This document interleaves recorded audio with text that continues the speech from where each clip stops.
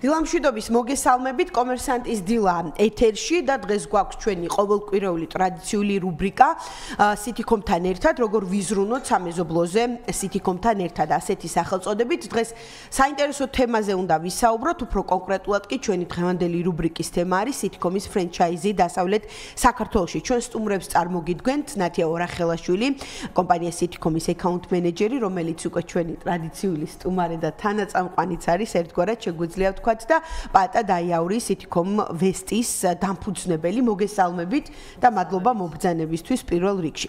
მოდით დავიწყოთ თავდაპირველად სწორედ ამ ფრენჩაიზის თემით, ბატონ პატა თქვენ მოგმართავთ, რატომ გადაწყვიტეთ, მოდით აი ეს რაღაც სულ თავიდან, რატომ გადაწყვიტეთ სწორედ ამ სიტიკომის ფრენჩაიზის გახსნა დასავლეთ საქართველოში და რას მოიაზრებს ზოგადად აი ეს ფრენჩაიზი, რომ ავხსნათ ჩვენი მსმენელის და მაყურებლისთვის.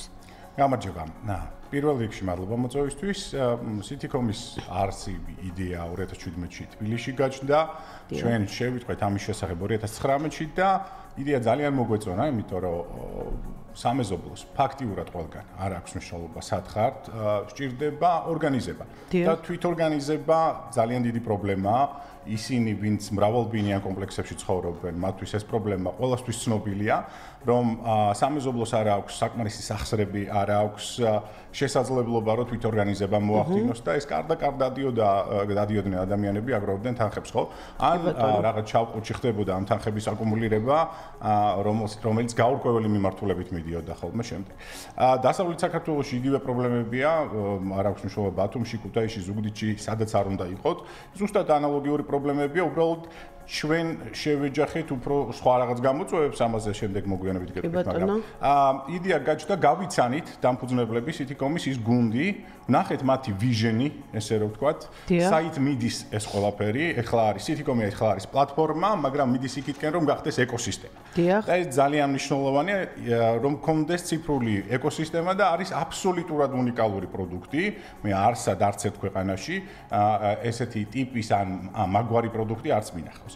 და მოლაპარაკების შედეგად გადავწყვიტეთ, რომ დასავლეთ საქართველოს ჩვენ აგვეღო ვალდებულებად, ესე რომ ვთქვათ, რომ გაგვევითარებინა და მე მგონი, რომ შედეგიც დავით. კი ბატონო, უფრო მეტ დეტალსაც დავუბრუნდები, თუმცა ნათია თქვენთან მექნება ახლა კითხვა, აი როგორ უმეტესწილად თქვა ჩვენ თბილისზე ვსაუბრობთ ხოლმე, თუმცა აი როგორ ხდება გამიჯნა თბილისის და ამ შემთხვევაში დასავლეთის მომსახურების, აი მეზობლობის, აი კონკრეტული თქვათ მომართვის შემთხვევაში. იმ შემთხვევაში თუ მეზობელი გვიკავშირდება, რომელიც დასავლეთში ცხოვრობს, ასე ვთქვათ, და სიტიკომ ვესტის მომხმარებელია, ამ შემთხვევაში ჩვენი ოპერატორი მიჯნავს მის საჭიროებას, ასუსტებს ამ დეტალებს და შესაბამისად ვამისამართებთ უკვე დასავლეთის გუნდთან, იმიტომ რომ ჩვენ ბუნებრივია ვერ მოვემსახურებით მათ და გამიჯნული არის ეს ორი თბილისის და ასე ვთქვათ ბათუმის ფილიალი სიტიკომ ვესტი.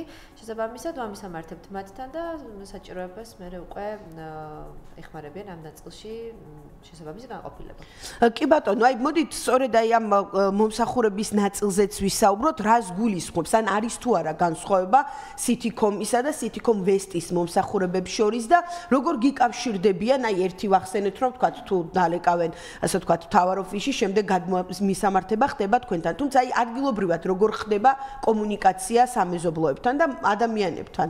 კი ბატონო, პრინციპი ერთი და იგივეა, თბილისში ვიქნებით თუ ბათუმში, ან ქუთაისში. გვაქვს ერთი საერთო პროგრამული უზრუნველყოფა, გვაქვს თბილისში დეველოპერები, პროგრამისტები, რომლებიც იცით ალბათ ხო, რომ ეს არის სიტიკომის საკუთრება, პროგრამის განვითარება მუდმივად ხდება და დიდი გუნდი მუშაობს ამ მიმართულებით, ციფრული მიმართულებით.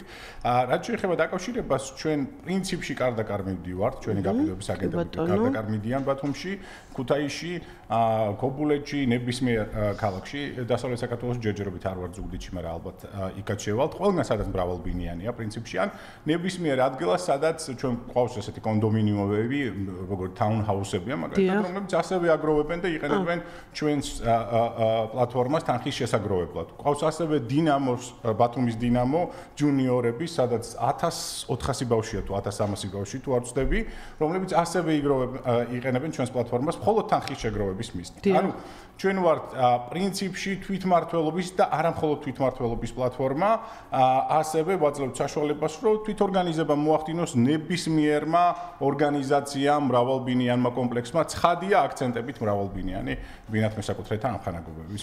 კი ბატონო, მოდით აი სწორედ აი წუხილებზეც ვახსენოთ, ან ნათია თქვენც რომ გვიპასუხოთ, რამდენად განსხვავებული არის მომართვიანობა, ანუ ან ის საკითხები, რაზეც თქვა თბილისის მაცხოვრებლები და სამეზობლოები მოგმართავენ უკვე თანხის შეგროვების შემდეგ სხვადასხვა თქვა მათი შეხედულებისამებრ თანხის განაწილების კუთხით და აი ვესტის ნაწილში ასე თქვა ძირითადი საკითხები რა არის, რაზეც ამ თანხების განაწილება ხდება, ну აი თქვა საჭიროების ლიფტის და სხვა ამ რაღაცა ყოველდღიური ხარჯების გარდა.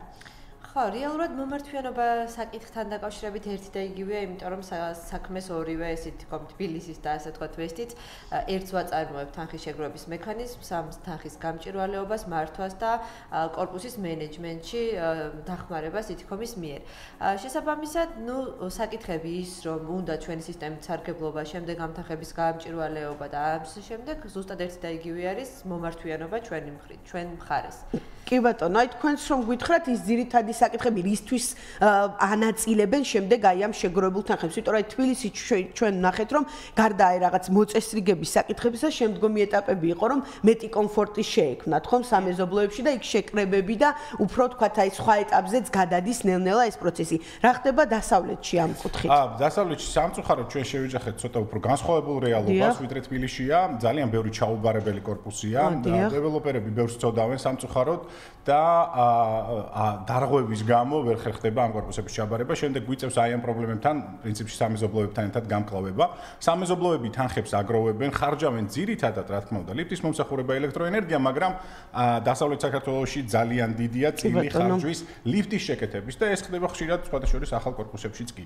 ჩვენ ამ ხრივ მოგვიწია, ჩვენთვის არაპროფილურია, იმიტომ რომ ჩვენ ვართ თანხის შეგროვების პლატფორმა, იმისთვის რომ სამეზობლომ შეძლოს დააგროვოს თანხა, გამჭირვალედ ხარჯოს ეს თანხა და გამოიყენოს ნებისმიერი საჭიროებით, ხო? მაგრამ მოგვიწია შესვლა პრინციპში აუდიტის პროცესებშიც, იმიტომ რომ როდესაც ხედავთ, რომ არაკეთილზინდისიერი შეიძლება იყოს რომელიღაცა მომსახურე კომპანია და ეს ხშირად არის ხოლმე, მაგალითად ლიფტის მომსახურე კომპანია, გვიწევს ამ მიმართულებით ბევრი მუშაობა და ბევრი გამოწვევა იმისთვის, რომ დავეხმაროთ სამეზობლოებს, რომ სწორი გადაწყვეტილებები მიიღონ, ან ტენდერი ჩაატარონ მაგალითად იმისთვის, რომ ლიფტი შეაკეთონ და ვთქვათ რაღაცა მნიშვნელოვანი ინფრასტრუქტურა, რომელიც აქვს კრიტიკული ინფრასტრუქტურა, რომელიც აქვს მოიყვანონ მინიმუმ უსაფრთხო მდგომარეობაში. ამ ხრივ ძალიან აქტიურად ხელს უწყობთ ასევე ტექდათვალიერების ჩატარებას. სამწუხაროდ ჩვენ გვაქვს კანონი, ტექდათვალიერების ლიფტის ტექდათვალიერება უნდა მოხდეს ყოველ 3 წელიწადში ერთხელ, სამწუხაროდ ეს არ ხდება პრაქტიკაში და ამ მიმართულებით ყველანაირად ვაძლევთ იმპულსს, ვეხმარებით და ხშირ შემთხვევაში დაფინანსებაც გვიწევს ხოლმე, რომ თვითონ სამეზობლო მიხვდეს თუ რამდენად მნიშვნელოვანია ლიფტის ტექდათვალიერება და ჩაატაროს ეს მუდმივად. კი ბატონო, აი სწორედ თქვენ ახსენეთ, რომ გარკვეულწილად სხვა ნაწილშიც ეხმარებით ტექნიკურ და პრაქტიკულ პროცესში, რამდენად რთულია, ასე ვთქვათ, პროვაიდერების მოძიება რეგიონებში ისეთი კომპანიების, რომლებიც უზრუნველყოფენ ხარისხიანად სწორედ აი ამ სერვისების შესრულებას. იცით რა, თავიდან ეჭვის თვალით გვიყურებდნენ ესეთი ტიპის პროვაიდერები, განსაკუთრებით ლიფტის მომსახურე კომპანიები, მაგრამ დროთა განმავლობაში ალბათ რაღაც ფილტრაცია მოხდა.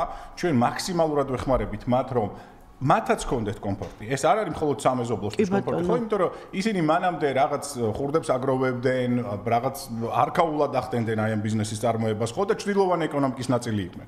ეხლა გამოვიყვანეთ ჭრილოვანი ეკონომიკიდან, ყველაფერი, ყველა ტრანზაქცია ხდება ბანკის მეშვეობით, გადარიცხვით, არ ხდება ნაღდი ანგარიშწორება და ისინიც მიხვდნენ, რომ ჩვენ ვართ ასევე მათთვის შესაძლებლობა, იმიტომ რომ მანამდე უწევდათ ხშირ შემთხვევაში პირდაპირ ურთიერთობა სამეზობლოსთან, ეხლა ჩვენ გარკვეული ბუფერიც ვართ და ვცდილობთ ხოლმე რომ მედიატორიც ვიყოთ ამ მიმართულებით და აქცენტი გავაკეთოთ იმაზე, რომ გახდნენ უკეთესი პროფესიონალები და მივცეთ მათ საშუალება, რომ ასევე განვითარდნენ, მიიღონ მეტი ანაზღაურება, ღირსეული ანაზღაურება და აღარ მოუწიოთ რაღაცას დაფარული თანხების სადღაც შეგროვება, ნაწილებზე დაზოგვა და ასე შემდეგ. და ამ მხრივ აქტიურად ვარ ჩართული პროცესში, რაც ჩვენი ბიზნესის ნაწილი არ არის და ამაში არ წანაზღაურებას არ ღვიძლობთ, მაგრამ მოგვიწია ეს ბუნებრივად გახდა ნაწილი, რადგან ცუდ მდგომარეობაშია ის ინფრასტრუქტურა. კი ბატონო, აი თქვენ ახსენეთ, რომ ზუგდიდში ჯერჯერობით არ ხართ, ერთგვარი სტატისტიკაც რომ გითხრათ, დაახლოებით რა სივრცეს და რამდენი ადამიანია დღეს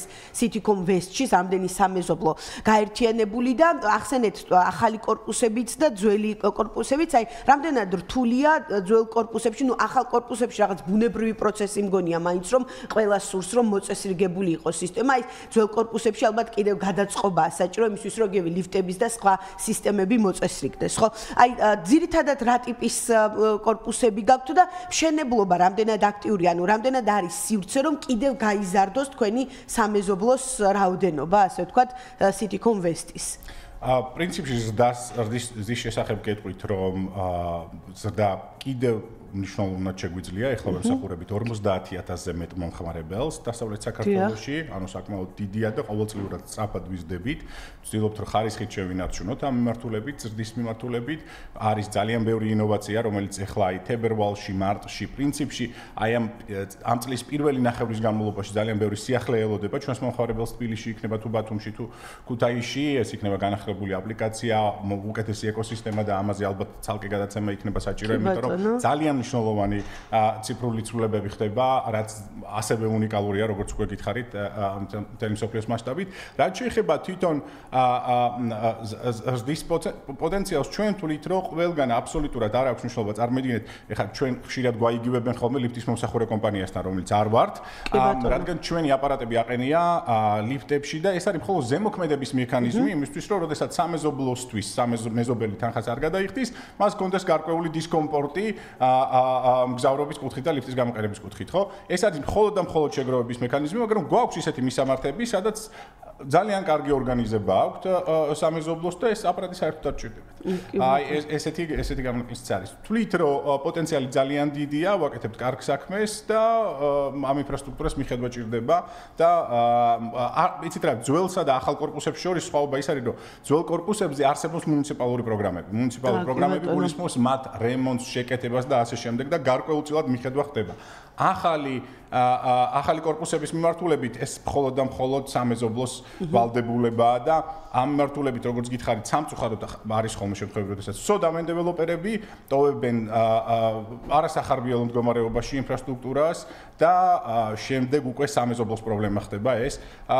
ამ ხრივ სამართლებრივი დახმარების გაწევაც გვიწევს ხოლმე იმისთვის, რომ კორპუსის ჩაბარება მოხდეს, მუნიციპალიტეტთან მოგვარება მოხდეს იმ პრობლემების, რომელიც მათ დარჩათ პრინციპში. კი ბატონო, ნათია თქვენთან ერთგვარად შემაჯამებელი კითხვით გადმოვალ იმ ფრენჩაიზის მიმართულებამ, როგორც ჩანს დასავლეთ საქართველოში გამართლა და ამ პოტენციალზე ახლაც ვსაუბრობთ, თუ აპირებთ, ანუ რამდენად თქვენ როგორ ხედავთ, აი ეს რამდენად გამართლებული ბიზნეს მოდელი გამოდგა, რომ ფრენჩაიზის საშუალებით შეხვედით რეგიონებში და სხვა დანარჩენ საქართველოში რამდენად არის პოტენციალი, რომ იქაც აი ეს ან დაინტერესება თუნდაც, რომ ასეთი ტიპის მომსახურება შევიდეს სწორედ ფრენჩაიზის საშუალებით. კი, ბუნებრივია.